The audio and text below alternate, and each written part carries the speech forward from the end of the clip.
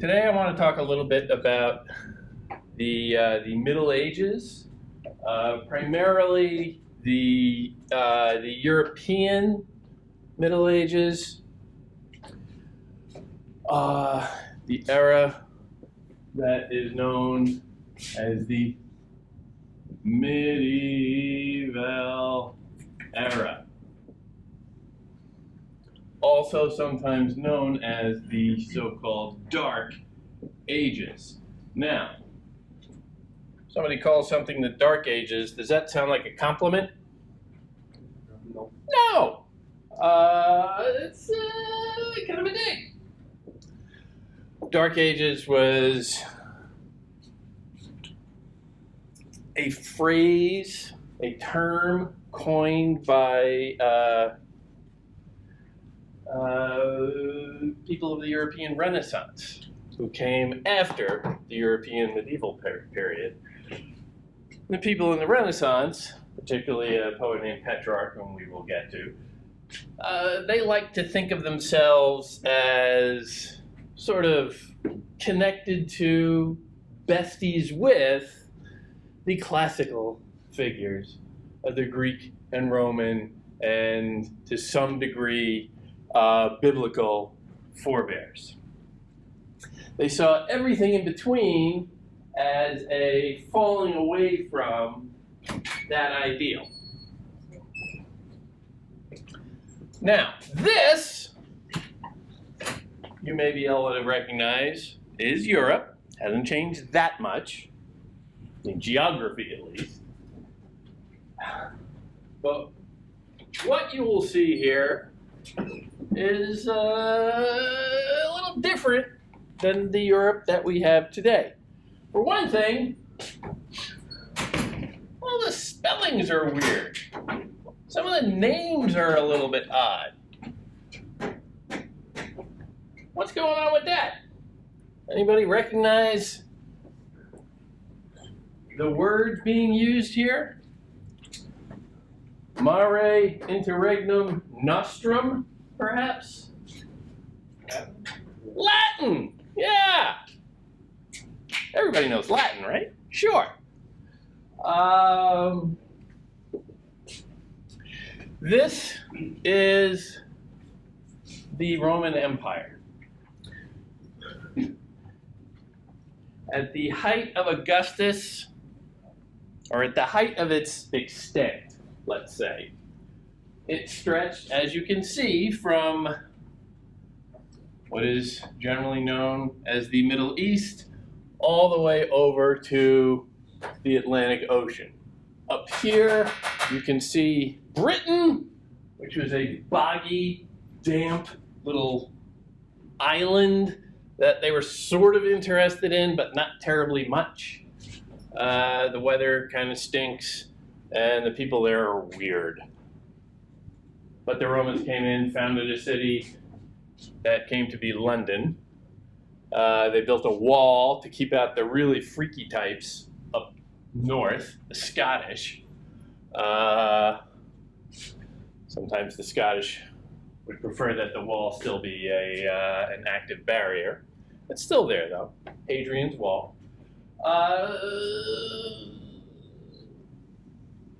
And somehow, for roughly 300 years, give or take, a little bit more than that, actually, you had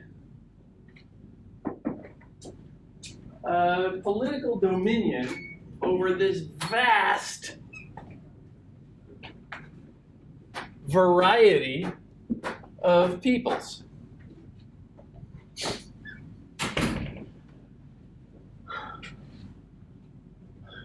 Not an easy job, you know.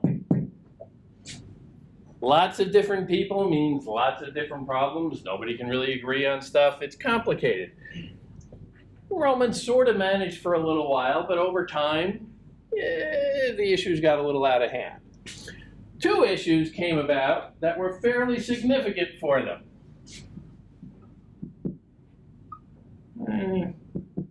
One was Christianity. Let's say roughly took off in the 1st century, and in the 4th, it became, it started out as a kind of an outlaw breakaway sect of Jews with weird ideas, and then it went through a point where they were seriously hounded and persecuted. But then by the 4th century, the Roman Empire said, yeah, let's just go with this Christianity thing. Everybody's doing it. Let's get on the bandwagon. So that worked pretty well for them. But it shows a bit of a disconnect between, well, they were all essentially polytheistic pagans, was the term that they used. And now they're worshiping one God? How do you square that? It's complicated. Of course, the next big headline is the rise of Islam in the 7th century. Now, by this time, all those little differences had started to fracture the nice cohesion that we see here. The world was very different. The so-called Holy Roman Empire is really the only remaining vestige of the Roman Empire. All these other little places started to assert themselves. You get the rise of nations and nationalism itself, a word that's come up a couple of times, which allows them to distinguish just a little bit between who these people are, who these people are, who these people are, who these people are. None of them spoke the same language. A couple of priests in each realm might have a workable grasp of Latin, and so you can make some contact. But for the most part, these were increasingly isolated and disparate states. Now, when you're used to being one person, one identity, but then suddenly you were uprooted and told, well, no, actually, you're something else. And maybe when you're used to having the guy 2 miles down the road being, roughly the same as you, now you're being told that person is actually very, very different. You're uncertain. The solidity and simplicity of the world is slipping. And that can mess with somebody's head. One of the major things I would say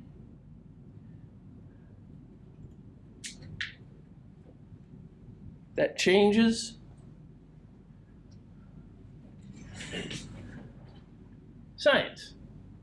Now we all live in modern times thinking, well, science is science. It never changes. Yeah, but, we're making new discoveries all the time.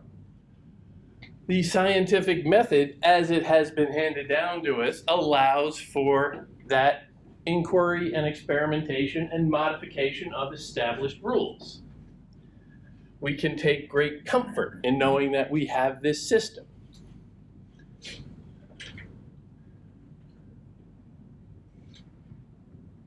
But over several centuries, just think about what someone looking up at this sky, which is very big in a world before electric light, what somebody looking up at this sky might think.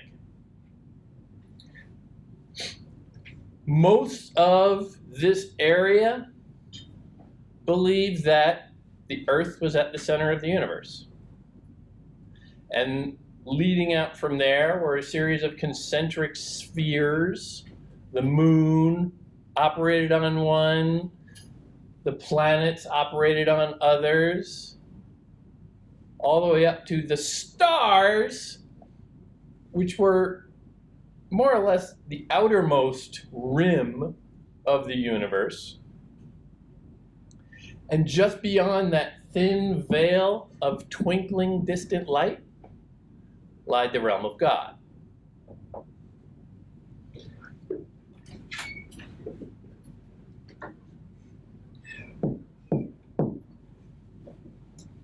But a funny thing happens over the course of several centuries. You get a fair amount of science. People coming and observing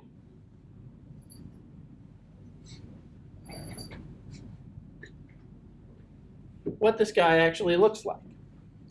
Brilliant mathematicians come along and say, well, okay, based on my observations and based on the tables of data that we have about the position of the sky over time, what star is where at what time of year, I will predict that this star over here will be here by, let's say, the end of November. And you're sitting there and watching it over time, and it's not moving the way you thought. Everything seems out of joint. Like, it's just not adding up. My formula seems flawed. But how could it be flawed if it is all a perfect idea of divine design?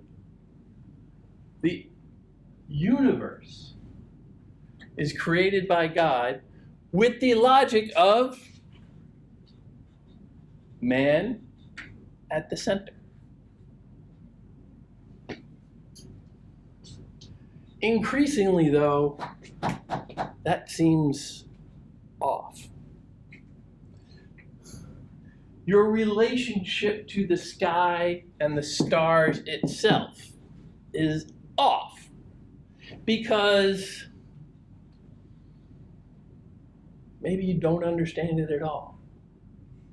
Centuries of brilliant people writing down their observations, compiling data upon data.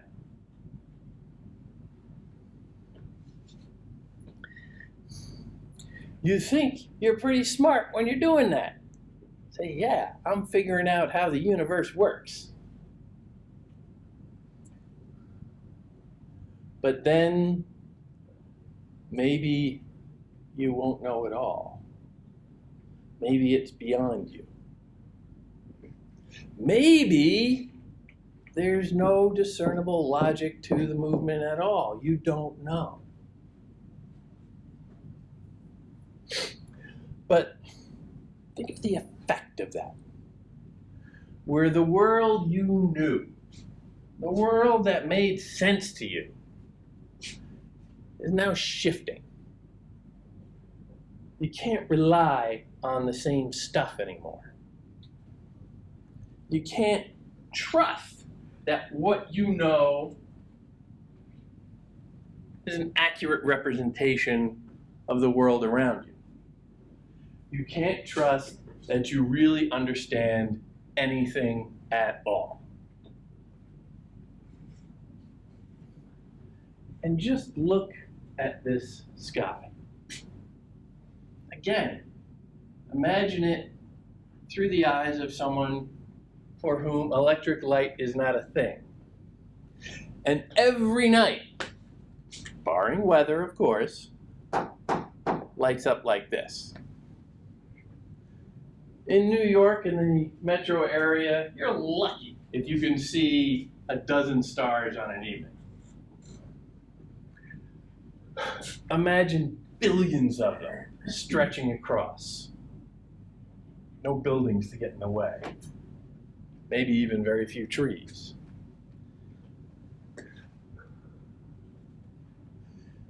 you've been told that just beyond these, maybe even the light itself is evidence of God, a divine entity.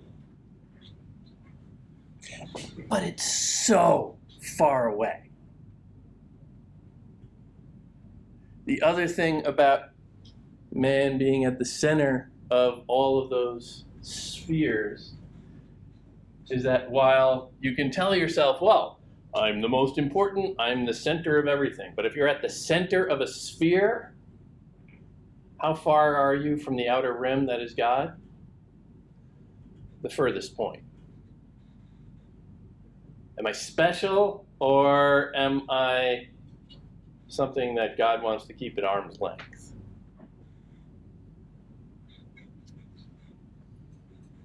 All of these questions, all of these insecurities fester over centuries. And that sense of confusion, that sense of conflict,